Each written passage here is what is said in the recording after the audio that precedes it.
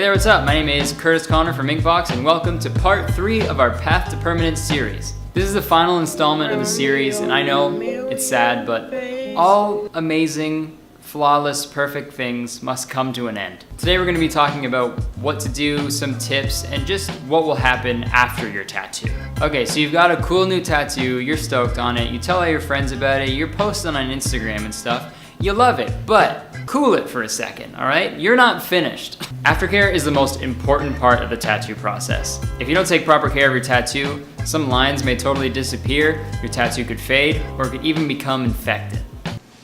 I know all of that sounds really scary, but don't worry. It is very, very simple to take proper care of your tattoo. There are a lot of different aftercare methods and tips that different artists recommend, but I'm just gonna share the method that I use that have worked for me over the years. So once you get your tattoo, your artist will wrap it up, put a bandage on it. What you're gonna wanna do is leave this bandage on for 8 to 10 hours after your tattoo. After 8 to 10 hours, you'll take the bandage off, you'll have a hot shower, gently scrub it with white scentless soap, and then gently dab it dry with a clean towel. Important tip, this is the only time you should be getting your tattoo wet for the next 10 days. I know that's very hard, obviously, and it's probably gonna get a little wet, but just try your darndest to make sure that it does not get wet for the next 10 days. Now, I can't stress this next tip enough. Do not touch your tattoo until it is healed. Your tattoo is probably gonna hurt and just feel uncomfortable for the first day or two, and then it's gonna get itchy.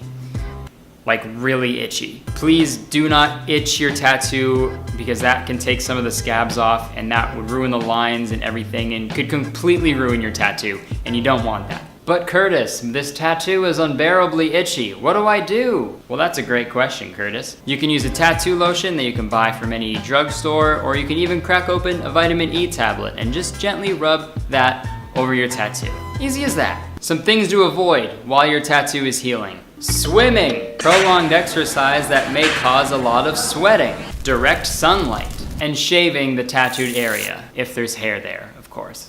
You wouldn't shave if there's no hair there. That's silly. In recent years, tattoo artists have been using this thing called Santaderm in the tattoo healing process. I don't like it that much personally, just because I'm so used to the bandage healing process, but Santaderm is great. It goes on like a clear sticker and it acts as a second skin to protect the tattoo. And you'll leave that on for 2 days and it speeds up the healing process, which is nice, but peeling it off in the shower hurts a lot. But a lot of artists are using that nowadays, so just be prepared for that. And don't be afraid to ask your artist any questions or concerns that you have with that, because Santaderm has been known to cause bad rashes with people if you have really sensitive skin. So, you know, just have an open dialogue with your artist. If you have sensitive skin, be like, hey, I'm not really comfortable using that stuff. And they'd be like, hey, no problem. After a few weeks, the scabbing will go away and you'll have a fully healed, infection-free tattoo.